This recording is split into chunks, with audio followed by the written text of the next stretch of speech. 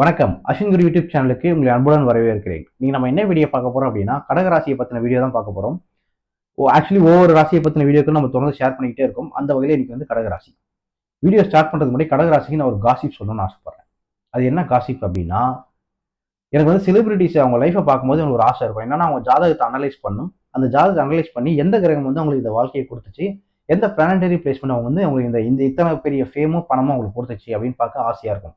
அந்த வகையில நான் ஒரு 2 பேர் சார்ட்ட செக் பண்ணும்போது எனக்கு ரொம்ப ஆச்சரியமா இருந்துச்சு. அந்த 2 பேருமே ஆர்ச் ரைவல்ஸ். அதாவது எதிரும் புதிருமானவர்கள். அவங்கள மையப்படுத்தி நிறைய சண்டைகள் வந்து நமக்கு கண்ணெதிர நடந்திருக்கு. அப்படியான 2 பேர் யார் அப்படின்னா, அஜித் அண்ட் விஜய். அவங்க வந்து ஒரே இண்டஸ்ட்ரியில இருக்காங்க. ஒரு லிட்டரலி ஒரு 30 வருஷமா எதிரும் புதிருமா இருக்கக்கூடிய 2 பேரு. ஆனா அவங்க 2 பேருமே கடகராசி. இந்த சர்ப்ரைஸ் எலமெண்ட்ட நான் பெருசா எக்ஸ்பிளைன் பண்றதுக்கு முன்னாடி, ஃபர்ஸ்ட் சந்திரனை பத்தியும், கடகத்தை பத்தியும் நான் பேசிடுறேன். ஒருத்தர் இதான் ராசின்னு எப்படி கண்டுபிடிக்கிறாங்கன்னு பாத்தீங்கன்னா, ஒருத்தரோட சந்திரன் எந்த வீட்டுல இருக்கோ அதான் அவங்க ராசி. சந்திரன் மீனத்துல இருந்தா நீங்க மீன ராசி, ரிஷபத்துல இருந்தா ரிஷப ராசி, கடகத்துல இருந்தா கடக ராசி. சந்திரன் என்ன மாதிரி குவாலிட்டிஸை ரெப்ரசென்ட் பண்ணுது பாத்தீங்கன்னா, சந்திரன் உங்களோட எமோஷனை ரெப்ரசென்ட் பண்ணும், உங்களோட சென்சிட்டிவிட்டியை ரெப்ரசென்ட் பண்ணும்.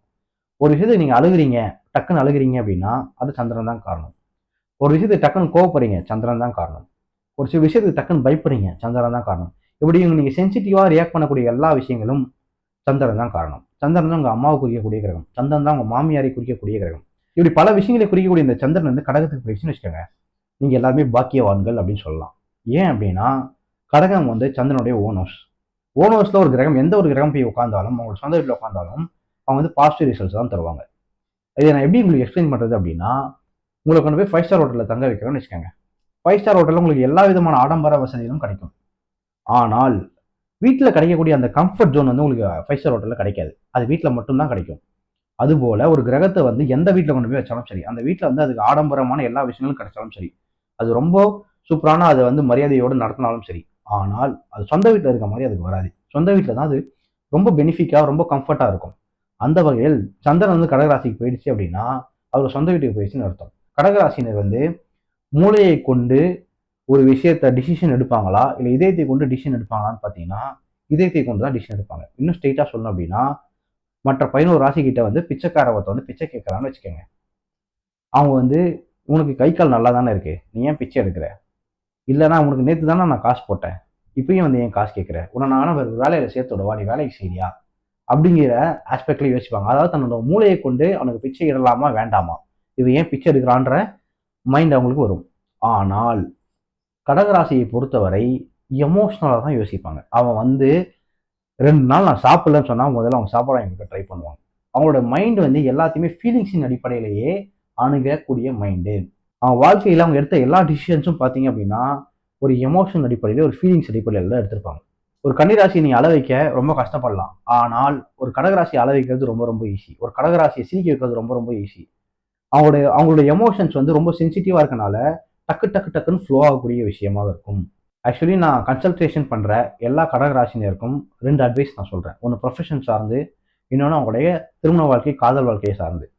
காதல் வாழ்க்கையை சார்ந்து என்ன சொல்றேன் அப்படின்னா, அவங்க அவங்க ஆள் மனதில் ஒரு ஃபீலிங்ஸ் வச்சிருப்பாங்கல்ல, அது ஒருபோதும் வெளிக்காட்டவே மாட்டாங்க. தன்னை சுத்தி இருக்க அத்தனை பேருமே நினைப்பாங்க, இவன் உண்மையிலே என்னை வெறுக்கிறானா, நேசிக்கிறானா, இவன் மேல கோபமா இருக்கானா, இல்லை என் மேல ஒரு பரிவோட பாக்குறானா, இவன் உண்மையிலேயே அடியில் என்ன ஃபீல் பண்றான் அப்படிங்கிறது யாருக்குமே தெரியாது. கடகராசினர் என்ன ஃபீலிங் என்ன வச்சிருக்காங்கன்றது யாருக்குமே தெரியாது. அவங்க அதை வெளிக்காட்டவே மாட்டாங்க. அவங்க பெரும் அன்பு வச்சிருக்கலாம். கடகராசினா அவங்க அப்பா மேல பெரும் அன்பு வச்சிருக்கலாம், தன் மனைவி மேல பெரும் அன்பு வச்சிருக்கலாம், குழந்தைங்க மேல வச்சிருக்கலாம். ஆனா ஒருபோதும் அதை வெளியே காட்டிக்கவே மாட்டாங்க. ஒரு கல் மனதோடையே அதை அணுகுவாங்க. ஏன்னா அவங்க நினைப்பாங்க, அவங்க ஃபீலிங்ஸை வெளியே காமிச்சிட்டாங்க அப்படின்னா எதிராள் நம்மளை பத்தி என்ன நினைப்பாங்க, அவங்களுக்கு நம்ம மேல பெர்ஸ்பெக்டிவ் மாறிடுமா, அவங்களுடைய ஃபீலிங்ஸ் வந்து அவங்களுக்கே ஒரு பயம் கொடுக்கக்கூடியதா இருக்கும். எனக்கு வந்து ஒரு விஷயம் கான்ஃபிடன்ஸ் தருதுன்னு வச்சுக்கோங்களேன், நான் வெளியே காமிச்சிருவேன். எனக்கு அந்த விஷயம் கான்ஃபிடன்ஸ் தரலைன்ற பட்சத்தில், அதுல ஏதோ ஒரு பிரச்சனை இருக்குன்னு நான் நம்புற பட்சத்தில் அதை நான் வெளிக்காட்டவே மாட்டேன். அந்த வகையில கடகராசினர் அவங்களுடைய ஃபீலிங்ஸை வெளிக்காட்டவே மாட்டாங்க. ஏன்னா அவங்க நம்புறாங்க அது ஒரு பிரச்சனைக்குரியதா இருக்கும், அது தனக்கு ஒரு பயம் கொடுக்கக்கூடியதா இருக்கு அப்படின்னு அவங்க நம்புறதுனால அவங்க ஃபீலிங்ஸை ஒருபோதும் அவங்க வெளிக்காட்டவே மாட்டாங்க. இதனால என்ன ஆயிடும் அப்படின்னா, நிறைய ஒய்ஃப்லாம் என்ன சொல்லுவாங்கன்னா, அவங்க ஹஸ்பண்ட் கடகராசியா இருக்க பட்சத்தில், எனக்கு அவர் எந்த ஃபீலிங்குமே காட்ட மாட்டேங்கிறாருங்க, ரோபோட் மாதிரி இருக்காருங்க அப்படின்ற மாதிரி ஃபீல் பண்ணுவாங்க. அதனால நான் கடகராசினர் எல்லாருக்குமே என்ன சொல்றேன் அப்படின்னா, உங்க ஃபீலிங்ஸ் என்ன தோணுதோ உங்களால அதை வெளிக்காட்ட முடியாத பட்சத்தில் அதை ஒரு எழுதி வச்சு, ஒரு பேப்பர்ல கூட எழுதி வச்சு அந்த நபருக்கு, தகுந்த நபருக்கு அதை காமிச்சிருங்க. கடகராசினை பொறுத்த வரைக்கும் அவங்க வந்து 2 வகையா பிரிச்சுக்கலாம். அவங்க ஃபீலிங்ஸை வெளிக்காட்ட மாட்டாங்க, தன் அன்பை வெளிக்காட்ட மாட்டாங்க. அட் த சேம் டைம் ரொம்ப எமோஷனலி சென்சிட்டிவ் பர்சன். இது எப்படி நீங்க புரிஞ்சுக்கிறது அப்படின்னா, நீங்க சப்கான்ஷியஸா ரியாக்ட் பண்றீங்கல்ல, அதுல வந்து அவங்க ரொம்ப ஃப்ளோவா இருப்பாங்க. ஃபார் எக்ஸாம்பிள், நீங்க சப்கான்ஷியஸா நீங்க என்ன பண்ணுவீங்க அப்படின்னா, அழுறதுதான் உங்க சப்கான்ஷியஸ் தான். டக்குன்னு ஒரு படத்துல ஒரு சீன் பாக்குறீங்க, அது உங்க நெஞ்ச குத்துது, அழுகுறீங்க. டக்குன்னு ரியல் லைஃப்ல ஒரு விஷயம் பாக்குறீங்க, ஒரு நியூஸ் படிக்கிறீங்க, அது உங்க நெஞ்ச குத்துது, அழுகுறீங்க. அதுக்கு நீங்க யோசிச்சுலாம் பண்ண மாட்டீங்க. டக்குன்னு உங்களோட அது அப்படியே ஓவர்ஃப்ளோ ஆகும். அந்த மாதிரி விஷயங்கள் வந்து கடகராசிக்கு ரொம்ப ஓவர்ஃப்ளோ ஆகக்கூடியது. ஓகேங்களா? கோவப்படுறது ரொம்ப ஓவர்ஃப்ளோ ஆயிரும். ஆனால் ஒரு அன்பு இருக்குல்ல, அந்த அன்பு ஒரு ஃபீலிங்ஸ் இருக்குல்ல, ஒரு காதலா இருக்கலாம், வெறுப்பா இருக்கலாம், எதுவா வேணா இருக்கலாம். அந்த ஃபீலிங் வந்து அவங்க வெளிக்காட்டுறது வந்து ரொம்ப தாமதப்படுத்துவாங்க. சம்டைம்ஸ் வெளிக்காட்டவே மாட்டாங்க. ஆனா ஒரு எமோஷன் இருக்குல்ல, அது ரொம்ப ஈஸியா வெளிய காமிச்சிருவாங்க. அதே போல கடகராசிக்கு வந்து கடவுள் வந்து ஒரு சாபம் கொடுத்திருக்கான். அது என்ன சாபம் அப்படின்னா, நிச்சயமா கடகராசியில பிறந்த அத்தனை பேருமே காதல் தோல்வி அனுபவிச்சே தீரணும். அவங்க யாரோ நேசிக்கிறாங்களோ, ரொம்ப ஆழமா நேசிச்ச ஒருத்தரை வந்து அவங்க இழக்க வேண்டிய சூழல் நிச்சயமா அவங்க வாழ்க்கையில் ஏற்படும். கடகராசினருக்கு வந்து ஒரு பிரச்சனை இருக்கு. என்ன அப்படின்னா, முதல்ல ஒருத்தரை நம்பவே மாட்டாங்க. எஸ்பெஷலி ரிலேஷன்ஷிப்ல. முழு நம்பிக்கையே அவங்களுக்கு வந்து ஒரு ஒரு வரதுக்கு ரொம்ப லேட் ஆகும்.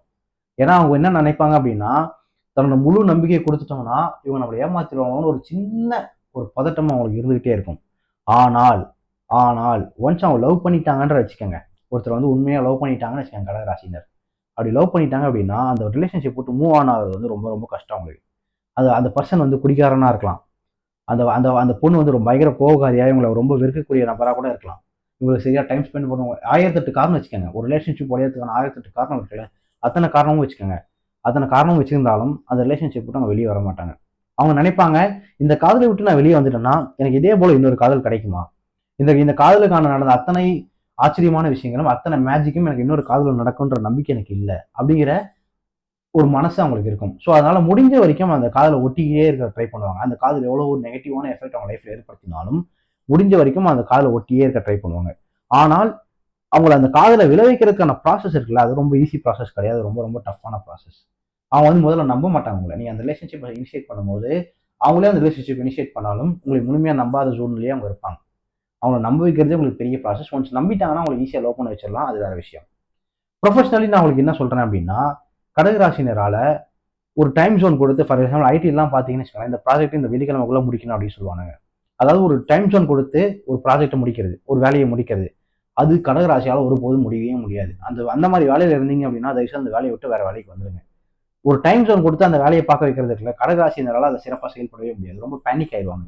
அவங்களுக்கு வந்து டைம் ஜோனே கொடுக்காம, அவங்களுக்குன்னு ஒரு டைம் இருக்குல்ல, அந்த டைம்ல நீ இதை முடிச்சு கொடு அப்படிங்கிற மாதிரி ஒரு வேலை இருக்குல்ல, அந்த வேலையை ரொம்ப எக்ஸலண்டா பண்ணி கொடுப்பாங்க. அந்த வேலையை பெரும் பேர் எடுக்கிறதுக்கான பாசிபிலிட்டி உண்டு. ஸோ நான் சந்திக்கிற எல்லா கடகராசியும் தான் சொல்றேன். டைம் ஜோன் கொடுத்து ஒரு டைம் லிமிட் கொடுத்து ஒரு வேலையை செய்ய சொன்னாங்கன்னா அந்த வேலைக்குள்ள போகாதீங்க. உங்களுக்கு டைம் லிமிட் இருக்கு, நீங்க பண்ணுங்க அப்படின்னு சொல்லி கொடுக்குற வேலையில நீங்க பெரிய பேர் எடுக்க முடியும், பெரிய சம்பாத்தியம் பார்க்க முடியும். அதே போல கடகராசியர் எல்லாருமே ஒரு விஷயம் பண்ணுவாங்க. அவங்களுடைய ரொம்ப டாக்ஸிக்கான விஷயம் ரிலேஷன்ஷிப்பை பொறுத்த வரைக்கும் அப்படி என்ன அப்படின்னா, கேஸ் லைட்டிங் பண்ணுவாங்க. அதான் கேஸ் லைட்டிங்னா என்ன அப்படின்னா, தன்னுடைய லைஃப் பார்ட்னர் ஏதாவது ஒரு கில்ட் ஏற்படுத்திக்கிட்டே இருப்பாங்க. நீ பண்ணது தப்பு அப்படிங்கிறத ஒரு கில்ட்டாவே அவங்களுக்கு புரிய வச்சுட்டே இருப்பாங்க. அவங்களுடைய பெர்ஸ்பெக்டிவ் என்ன அப்படின்னா, கடகராசினரை பொறுத்த வரைக்கும், நீ என்னை எவ்வளவு ஆழமா நேசிக்கிற அப்படிங்கிறது வந்து அந்த கில்ட் ஏற்படுத்தி அவன் உடஞ்சி நான் அப்படிலாம் பண்ணல, நான் அப்படிப்பட்டவன்லாம் கிடையாது அப்படின்னு உங்களுக்கு ப்ரூவ் பண்ணுவதன் மூலம் அவங்க நினைப்பாங்க, ஆஹா இவன் நிறைய லவ் பண்றான் நம்மள அப்படிங்கிற மென்டாலிட்டி அவங்களுக்கு வரும். ஸோ அதனால என்ன பண்ணுவாங்க அப்படின்னா, ஒரு கேஸ்லிங் கில்ட் ஏற்படுத்திட்டே இருப்பாங்க அவங்க லைஃப் பண்ண கிட்ட. இது ரொம்ப ரொம்ப டாக்ஸிக்கான விஷயம். இது யாராவது கடகராசினர் பண்ணிட்டு இருந்தீங்க அப்படின்னா, தயவுசெய்து அந்த அந்த ட்ரைட்டை விட்டுருங்க. அதே போல கடகராசியோட ரொம்ப நான் ரொம்ப மெச்சுற விஷயம் என்ன அப்படின்னா லாயல்ட்டி. அவ்வளவு சீக்கிரத்துல ஒரு ரிலேஷன்ஷிப் பிரேக் பண்ணவே மாட்டாங்க. கேஸ் ரைட்டிங் பண்ணாலும் சரி ரொம்ப லாயலான பர்சனா அவங்க இருப்பாங்க. கடகராசியோட இன்னொரு டாக்ஸிக்கான விஷயம் என்ன அப்படின்னு பாத்தீங்கன்னா மூட் ஸ்விங்ஸ். அவங்களோட மைண்ட் எப்படி இருக்கும்னு வச்சுக்கோங்களேன். 10 நிமிஷம் ஜாலியா இருப்பாங்க, 10 நிமிஷம் ரொம்ப கோவமா இருப்பாங்க, 10 நிமிஷம் வெறுப்பாங்க, 10 நிமிஷம் சைலண்ட் ஆவாங்க. அவங்க மைண்ட் நீங்க வந்து புரிஞ்சிக்கவே முடியாது. அது மாறிக்கிட்டே இருக்கக்கூடிய மைண்டா இருக்கும். அதாவது எப்படின்னா ஒரு நிலவை பாருங்க. நிலா வந்து பௌர்ணமிக்கு எப்படின்னு வளர்ந்துகிட்டே போகும், வளர்ப்பிறையா போயிட்டே இருக்கும். பௌர்ணமி ஆன பிறகு மறுபடியும் தேய்பிரியா, அதாவது அதோட முழு சைஸ் வந்து குறைஞ்சிக்கிட்டே வரும். டக்குன்னு அமாவாசைக்கு போகும். மறுபடியும் வளரும், மறுபடியும் செய்யும், மறுபடியும் வளரும், மறுபடியும் செய்யும். இதுதான் அதோடைய பேசிக் கேரக்டர். அதே தான் கடகராசிக்கும். கடகராசியோட பேசிக் கேரக்டர் மூட் ஸ்விங் ஆகிட்டே இருக்கும். மாறும், ஏறும், இறங்கும், மாறும், ஏறும், இறங்கும். அவங்க லைஃபே அவங்க அப்படி வடிவமைச்சிக்க ஆசைப்படக்கூடிய நபர்களா இருப்பாங்க. ஒருவேளை அவங்களோட ரிலேஷன்ஷிப்ல நீங்க இருக்கீங்க அப்படின்னா, இதை நீங்க புரிஞ்சுக்கிட்டு இருக்கணும்.